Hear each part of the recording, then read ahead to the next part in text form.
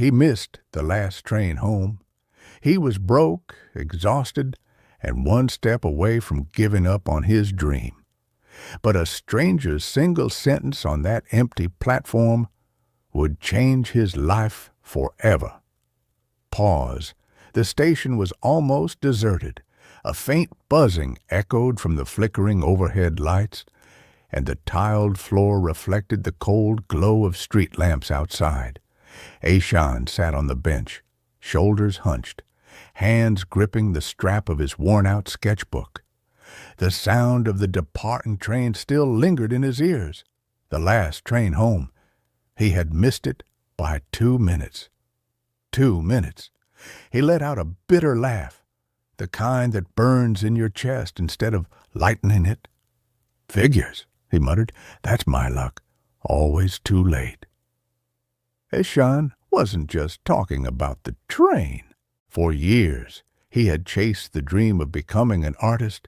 He sketched on napkins at cafes, painted on canvases he could barely afford, and carried his portfolio like a lifeline. But galleries rejected him. Exhibitions overlooked him. Every no piled onto his shoulders until they felt like stones. And tonight, after another rejection, he felt crushed. He opened his sketchbook, flipping through pages filled with faces, colors, emotions that no one else seemed to care about. His chest tightened. Maybe they're right. Maybe I'm not good enough. Maybe I'm wasting my life. The platform was silent except for the squeak of a janitor's mop in the distance.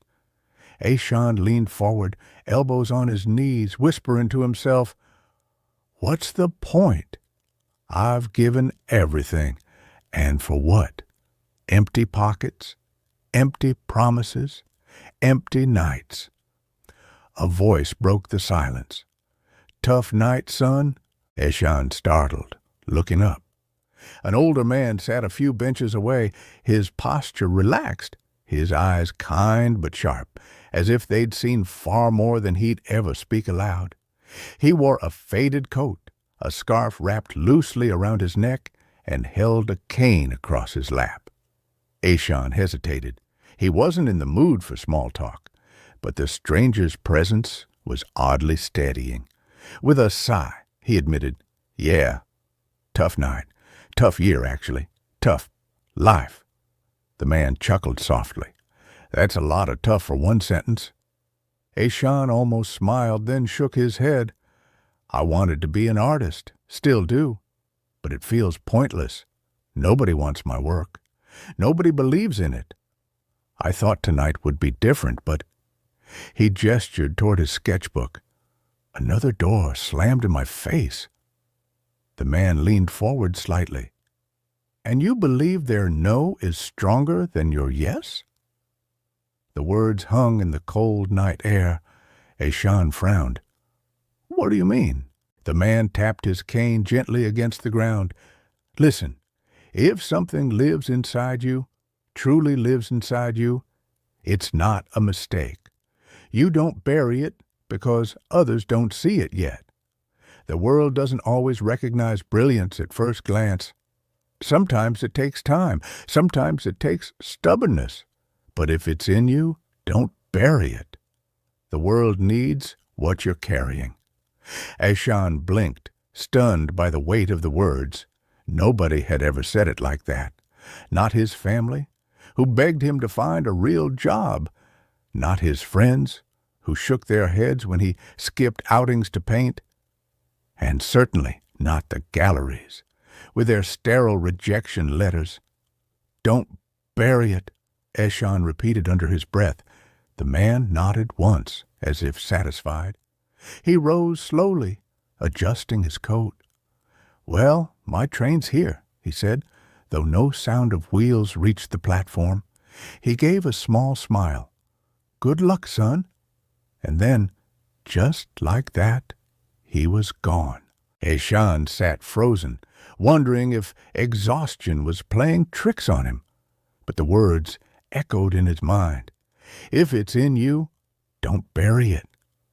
That night, Instead of crashing on his friend's couch, instead of drowning in self-pity, he stayed awake painting. His tiny apartment filled with the smell of oil and acrylic. His hands moved faster than his doubts, pouring every ounce of frustration, hope, and stubborn belief into the canvas. He painted until the sun rose, and when he stepped back, sweat on his brow, colors splashed across his shirt, he realized something. This was the truest piece of himself he had ever created. Months passed. Eshan kept painting, not for the galleries, not for approval, but because the fire inside him refused to go out. He shared his work online, slowly building a small but loyal following. His art spoke to people in ways words couldn't. One day, an email arrived.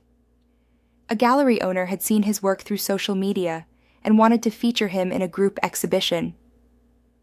Eshan almost didn't believe it, until he stood in that gallery months later, watching strangers pause before his paintings, eyes lingering, emotions flickering across their faces.